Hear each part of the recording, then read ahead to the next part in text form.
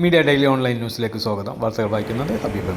ട്രെയിനിൽ യാത്ര ചെയ്യുന്നതിന് മുമ്പ് തന്നെ ഫൈൻ അടച്ച് യാത്ര ചെയ്യാവുന്ന ഏക സൗകര്യമുള്ള ഒരു രാജ്യമാണ് ഇന്ത്യ എന്ന് കഴിഞ്ഞ ദിവസമാണ് എനിക്ക് മനസ്സിലാക്കാൻ കഴിഞ്ഞത്. സാധാരണഗതിയിൽ ടിക്കറ്റ് ഇല്ലാതെ ട്രെയിനിൽ യാത്ര ചെയ്യുമ്പോഴാണ് യാത്രക്കാർ ഫൈൻ അടക്കേണ്ടതായിട്ട് വരിക. കഴിഞ്ഞ ദിവസം കോഴിക്കോട് നിന്നും തൃശ്ശൂരിലേക്ക് യാത്ര ചെയ്യാനായിട്ട് കോഴിക്കോട് റെയിൽവേ സ്റ്റേഷനിൽ രാവിലെ തന്നെ എത്തി. കണ്ണൂരിൽ നിന്നും കോട്ടയം വഴി തിരുവനന്തപുരത്തേക്ക് പോകുന്ന ജനശതാബ്ദി എക്സ്പ്രസ് അല്പസമയത്തിനുള്ളിൽ ഒന്നാമത്തെ പ്ലാറ്റ്ഫോമിൽ എത്തിച്ചേരുന്നതാണ് എന്ന അനൗൺസ്മെൻറ്റ് കേൾക്കാമായിരുന്നു. ഞാൻ വേഗത്തിൽ തന്നെ ടിക്കറ്റ് കൗണ്ടറിൽ സമീപിച്ചു. ടിക്കറ്റ് കൗണ്ടറിൽ നിന്നും ലഭിച്ച മറുപടി പ്ലാറ്റ്ഫോമിൽ TTR ഉണ്ടാവും, TTRൽ നിന്ന് ടിക്കറ്റ് ലഭിക്കുമെന്നാണ്. പ്ലാറ്റ്ഫോമിൽ ബാഗും തൂക്കിപ്പിടിച്ച് ഒരു TTR നിൽക്കുന്നുണ്ടായിരുന്നു. അവരെ സമീപിച്ചപ്പോൾ അവർ പറഞ്ഞു, തൃശ്ശൂരിലേക്കാണെങ്കിൽ 380 രൂപയാണ് ചാർജ്. കൂടുതൽ ഒന്നും ആലോചിക്കാതെ പൈസ കൊടുത്ത് ടിക്കറ്റ് എടുത്തു. ട്രെയിനുള്ളിൽ കയറിപ്പറ്റി. തൊട്ടടുത്ത് കാലിയായി കിടന്ന ഒരു സീറ്റിൽ ഇടം പിടിച്ചു. ട്രെയിൻ നീങ്ങിത്തുടങ്ങുമ്പോൾ തന്നെ ബാഗും തൂക്കിപ്പിടിച്ച് ഒരു ചെറുപ്പക്കാരൻ വന്നിട്ട് പറഞ്ഞു, ഇത് എൻ്റെ സീറ്റാണ്, ഒഴിഞ്ഞു തരണമെന്ന്. അദ്ദേഹത്തിന് സീറ്റ് ഒഴിഞ്ഞു കൊടുത്ത് ഞാൻ നേരെ അടുത്ത സീറ്റ് തപ്പി നടക്കുമ്പോഴാണ് അറിഞ്ഞത് ഇത് ഫൈൻ അടച്ച ടിക്കറ്റാണ്. താങ്കൾക്ക് സീറ്റ് റിസർവേഡ് അല്ല, നിന്ന് തൃശ്ശൂർ വരെ യാത്ര ചെയ്യാം. താങ്കൾ ടിക്കറ്റ് ഇല്ലാതെ യാത്ര ചെയ്തതിന് 250 രൂപ ഫൈൻ അടച്ചിട്ടുണ്ട്. ഞാൻ അദ്ദേഹത്തോട് ചോദിച്ചു, തൃശ്ശൂരിലേക്ക് എത്രയാണ് ചാർജ്? അദ്ദേഹം പറഞ്ഞു 130 രൂപയാണ് തൃശ്ശൂരിലേക്ക് ചാർജ്. ഇതിപ്പോൾ 380 രൂപ, 250 രൂപ ഫൈൻ അടക്കം താങ്കൾ അടച്ചിട്ടുണ്ട്. ജനശതാബ്ദി എക്സ്പ്രസ്സിൽ റിസർവേഷൻ ഇല്ലാതെ യാത്ര ചെയ്യാൻ പാടുള്ളതല്ല എന്ന ഒരു ഉപദേശവും അദ്ദേഹം നൽകി. സത്യത്തിൽ അദ്ദേഹത്തോട് ഫൈൻ അടച്ചാണ് ഞാൻ ടിക്കറ്റ് എടുത്തതെന്ന് പറയാൻ നിന്നില്ല. 130 രൂപ മാത്രം കൊടുത്ത് യാത്ര ചെയ്യേണ്ട സ്ഥലത്തേക്ക് 380 രൂപ കൊടുത്തുകൊണ്ട് നിന്ന് യാത്ര ചെയ്യേണ്ട ഗതികേട് ആലോചിച്ച് ഞാൻ TTN തേടി അടുത്ത സീറ്റും തേടി മുന്നോട്ടുള്ള യാത്ര തുടരും. ഇത്തരത്തിലുള്ളൊരവസരം ഇന്ത്യൻ റെയിൽവേയിലല്ലാതെ മറ്റൊരിടത്തും ലഭിക്കില്ല എന്നാണ് ഞാൻ മനസ്സിലാക്കുന്നത്. ഇനിയൊരു വേറിട്ട വ്യക്തിത്വത്തെ നമുക്ക് പരിചയപ്പെടാം. സക്കീർ മഷ് മതിലകം സ്വദേശിയാണ്. ഏറ്റവും അടുത്ത സുഹൃത്തുക്കളിൽ ഒരാളായ സക്കീർ മഷ് ഒരു വേറിട്ട വ്യക്തിത്വത്തിൻ്റെ ഉടമയാണ്. അദ്ദേഹത്തെ ഒന്ന് പരിചയപ്പെട്ടിരിക്കേണ്ടതാണ്. മുൻ വീഡിയോയിൽ ഞാൻ അദ്ദേഹത്തെക്കുറിച്ച് ചെറിയൊരു വീഡിയോ ചെയ്തിട്ടുള്ളതുമാണ്. മനസ്സ് വെച്ചാൽ നമ്മൾക്ക് എന്തും ചെയ്യാൻ കഴിയുമെന്ന് സക്കീർ മഷ് ഒരിക്കൽ കൂടി തെളിയിക്കുകയാണ്. ഞാൻ അദ്ദേഹത്തെ കാണാൻ ചെല്ലുമ്പോൾ അദ്ദേഹം സ്വന്തമായി വീൽ ചെയറിലിരുന്ന് കാറ് കഴുകിക്കൊണ്ടിരിക്കുന്ന ഒരു രംഗമാണ് കണ്ടത്.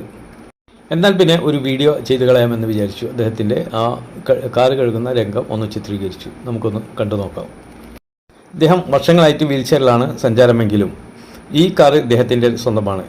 ഈ കാറ് ഇദ്ദേഹത്തിന് സഞ്ചരിക്കാവുന്ന, ഡ്രൈവ് ചെയ്ത് പോകാവുന്ന രീതിയിൽ രൂപകൽപ്പന ചെയ്തിട്ടുള്ള, മാറ്റം വരുത്തിയിട്ടുള്ള ഒരു വാഹനമാണ്. ഈ വാഹനവുമായി ഇദ്ദേഹം യാത്ര ചെയ്യാത്ത ദൂരങ്ങൾ വളരെ കുറവായിരിക്കാം. കേരളത്തിൻ്റെ ഒട്ടുമിക്ക ടൂറിസ്റ്റ് പ്ലേസുകളിലും ഇദ്ദേഹം യാത്ര ചെയ്തിട്ടുണ്ട്. ഈ അടുത്ത കാലത്താണ് ഏതാനും സുഹൃത്തുക്കൾക്കൊപ്പം കാശ്മീരിൽ പോയതും ആ യാത്രയുടെ വിശേഷങ്ങൾ പത്രമീഡിയകളിൽ വന്നതും. ഇദ്ദേഹം മൈൻഡ് എന്ന സംഘടനയുടെ ചെയർമാനും അതുപോലെ ഓൾ കേരള വീൽ ചെയർ അസോസിയേഷൻ്റെ സംസ്ഥാന സമിതി അംഗം കൂടിയാണ്.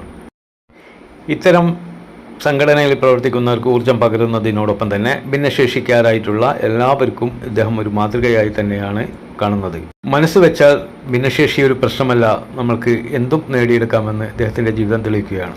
അബിയാസ് എം എൻ ഇദ്ദേഹത്തിൻ്റെ ചാനലാണ് കിടിലൻ അപ്പൂസ്. കേവലം 4 മാസം കൊണ്ട് 40,000 വ്യൂവേഴ്സിനെയും 400-ലധികം സബ്സ്ക്രൈബേഴ്സിനെയും കണ്ടെത്താൻ കഴിഞ്ഞു. പുള്ളിക്കാരനൊരു ഓട്ടിസ്റ്റിക്കാണ്, ഡിസ്ലെക്സിയ, അതായത് എഴുതാനും വായിക്കാനും അറിയില്ല. സ്വന്തം പേര് പോലും എഴുതാൻ ഇപ്പോഴും കഴിയില്ല. ശ്രമിക്കാഞ്ഞിട്ടല്ല കേട്ടോ, കഴിയാഞ്ഞിട്ട് തന്നെയാണ്. ഒരുപാട് ശ്രമം നടത്തി നോക്കിയിട്ടുണ്ട്. പക്ഷേ നല്ലപോലെ പ്രസംഗിക്കും, അത്യാവശ്യം പാട്ട് പാടും, മറ്റു കഴിവുകളിലൊക്കെ വളരെ മുന്നിലാണ്.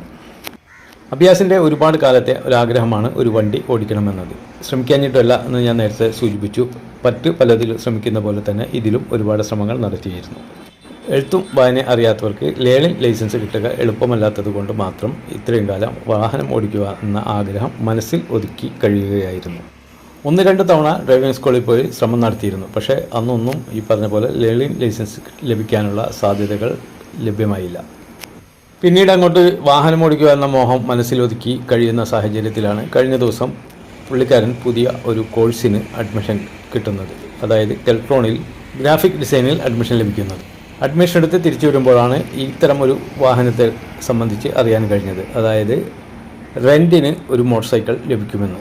എന്നാൽ പിന്നെ അതൊന്ന് പരീക്ഷിച്ച് നോക്കാമെന്ന് വെച്ച് ഞങ്ങൾ അവിടെ ഇറങ്ങി. എറണാകുളം സ്റ്റേഡിയത്തിന് മുന്നിൽ ഏതാനും വണ്ടികൾ നിരത്തി വെച്ചിട്ടുണ്ട്. ഇലക്ട്രിക് വെഹിക്കിളാണ്, ലൈസൻസും വേണ്ട, ഹെൽമെറ്റും വേണ്ട, ഓടിക്കാൻ സൗകര്യമുള്ള ഒരു വാഹനം. എന്നാൽ പിന്നെ അതൊന്ന് പരീക്ഷിക്കാൻ വേണ്ടി ഞങ്ങളവരെ വിളിച്ചു.